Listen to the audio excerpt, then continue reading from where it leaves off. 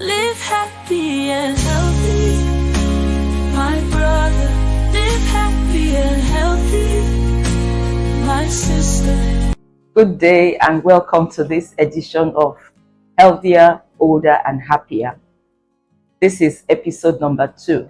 Episode number 1 was launched last week, and we are happy that we were able to continue the conversation with quite a number of you who reached out to us to share various comments and concerns. A lot of the concerns that we received last week focused on our conversation about how we eat and how that affects how we age. We also had some questions that were raised about how we handle stress and the kinds of chemical substances that are released when we don't handle our stress well. Some others asked questions about whether this is a religious program or whether it is scientific. We have done the best that we could to address those concerns with our viewers that raised them. However, we'll just try to share a bit with those viewers who may be watching this show for the first time today. This show is brought to you by the Aging and Wellness Foundation, Limited by Guarantee. We and our partners are committed to providing biblically and scientifically sound evidence that will enable us to be intentional about how we live and grow older so that we can be healthier and happier. Our target audience is intergenerational. Indeed, we fully subscribe to the life course approach to aging. Aging is not an event, it is a natural process that we all must embrace and celebrate. The highlights of our conversation last week focused on parts of the world where people have been found to live healthy and strong well into their hundreds. And we discussed some common threads that have been found to run through these parts of the world that have been called the blue zones. Amongst the practices that are peculiar to these blue zones are the fact that the people who live in these parts of the world move naturally every day. They live with purpose and they manage their stress well. For example, the Seventh-day Adventists are known to pray. The Sardinians in Italy have the happy hour. The Icarians in Greece take naps. We also talked about the eating habits of centenarians who live in the blue zones. And we emphasize the importance of eating plant-based foods that are rich in fruits, in fiber, vegetables and nuts and cereals with less of meat. Something we did not emphasize last week, but we mentioned it, was the fact that it is not only about what you eat, how much you eat is also important. We mentioned that people who eat less have been shown to live longer. I'll tell you what happened to me this afternoon. I had a very delicious lunch. I try to hold myself accountable for what I teach my students and what I tell my clients. So since last week, I have been asking myself, are you going to be doing what you have asked people not to do? So I was very intentional this week about ensuring that I had enough fruits. But this afternoon was a test of my commitment. My lunch was so delicious, and honestly, if I hadn't made that commitment, I would have asked for more. I was not as full as I would love to be, but I remember that the Japanese in Okawa, they eat to be only 80% full. So I just told myself, I need to be able to share this success story. So I didn't ask for more. It was a hard decision, but I want to walk the talk. This reminds me of a scripture in Psalm 103 verse 5 that says, He satisfies my mouth with good things so that my youth is renewed like the eagles. And I know that this is going to be a bit touchy. A lot of the things we put in our mouths are not good things, and it tells on how we age. So do we want to look at ensuring that whatever goes into my mouth is something that is good. And it's not whether it makes me feel good, it is whether the evidence shows that it is good for me. Remember, one of the things we said last week was we should be eating to live and not living to eat. Some of us just enjoy the pleasure of eating and just throw in whatever comes our way without it be thought. Notice that a lot of us are not careful to ensure that what we put in our mouths is good. So that's one area where we can work on and improve how we live, how we age. Eventually, it tells on whether we are going to be healthier and happier. This also reminds me of a maxim I used to hear about, which says, eat your food like medicine now. That means eat for health now, so that you don't have to eat medicine like food later. So back to the blue zones and the highlights of what we said last week. 3 other things that I need to remind us about was that another common thread was that people who live in these zones are committed to their faith-based communities. And the science shows that this fact alone is associated with a 14-year increase in life expectancy. So being a committed member of a faith-based community is associated with a 14-year increase in life expectancy. These people also have strong family ties as well as strong friendships and networks. Why are we emphasizing all this? It is because only about 10% of how we grow older is determined by our genes. The rest 90% is potentially modifiable by how we live our lives. So there's a lot that we can do positively to improve how we get older and what kind of health and quality of life will we enjoy as the days and the years go on.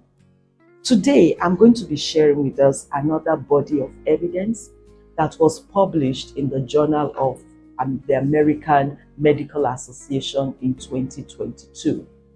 The researchers were in Harvard, and they followed about 14,000 people living in America for over 4 years, evaluating the relationships between how satisfied these people were with aging and how they turned out at the end of the study period. What did they find? They found that those who thought well about aging and felt satisfied about growing older were 43% less likely to die than those who were least satisfied about aging and the aging process. This is very telling for how we age. I will recap.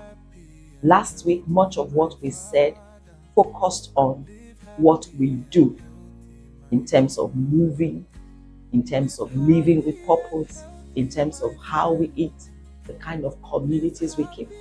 But this body of research is drawing us to another aspect of how we live, which is how we think, how we embrace aging, how we feel about growing older. If we are going to make this commitment to take advantage of the fact that only 10% of how we turn out as we grow older depends on our genes. If we are going to take advantage of the 90% that is potentially modifiable, then drawing from our conversations last week, we need to take charge of our bodies, how we move, what we eat, building relationships, nurturing relationships with family and friends. And this week, the research from Harvard University is telling us we also need to take control of how we think about aging, how satisfied we feel about aging. And this is not a question of whether you are 50 or whether you are 80, I think it's even more important for us to embrace aging as natural from our teens. There is also research that shows that people who have this positive attitude towards aging are more likely to have the right behaviors that promote healthy aging. So, this research from the Harvard study that was published in the Journal of the American Medical Association in 2022 shows that positive thinking, which is what people would call it, promotes healthy aging. From a biblical standpoint, this reminds me of another scripture that I have had to commit to my heart. It's in Philippians chapter 4 verse 8. It says, finally, whatsoever things are true, honest, just, pure, lovely, have good report, have virtue, have praise. Those are the things we should be thinking about. The battleground is in the mind. We have a lot of things happening around us that will make us to focus on the very opposite of the things that we should be focusing on. For today, we are calling ourselves out, calling one another out to say, no, don't let your mind become a garbage dump. Make up your mind to be selective about what you think. Yes, you cannot prevent a bird from flying over your head, but you can stop the bird from making a nest on your head. So the thoughts that are not good, especially about aging, can come, but you can choose to be positive. So think good, think just things, think lovely things, think praiseworthy things whenever you think about growing older. You know, like I said last week, very few people are comfortable talking about aging. But one of my dreams, I have a dream that someday in this country, your country, my country, young people, teenagers will sit down together and be comfortable talking about what life will look like when they're 60, when they're 70, even though they may just be 16 or 17. I remember as a teenager watching Sound of Music. I mean, I just couldn't imagine, what life would look like 40 years later. But I'm there already. And this is life. And life is good. And I look forward to life getting better and better and better every day. Because I think so, it's going to turn out to be so. And I'm inviting you to join this happy group of people who are not afraid to get old or to be called old. Because when we eventually get there, we'll be looking so good and we'll be doing so good that people will not even want to call us old. And they will be telling us, I surely want to be like you. So, from the Aging and Wellness Foundation, it's been nice talking with you again today. I hope we are not putting too much pressure on you. We're trying to take it bit by bit. But there are many boxes that we have to tick. We have to tick the movement box. We have to tick the box of eating right, plant-based food. We have to tick the box of living with purpose, making good relationships, making our family ties stronger. And today we're also talking about ticking the box of thinking lovely things, good things, praiseworthy things, things that are full of virtue as far as growing older is concerned, so that as we progress, we are getting happier and healthier. It's been nice having this conversation. I look forward to going on with these nuggets in our next episode. Like I said last week, we can be reached at 0904 3765 832 and 0813 507 6886. We would prefer that you send text messages or messages via WhatsApp. If you use social media handles, you will find our social media handles at my website, aituaje.com. AITUAJE. We will do the very best that we can to respond to your concerns and your suggestions, your viewpoints as quickly as we possibly can. I look forward to engaging with you again at the next episode. Have a wonderful time. Bye.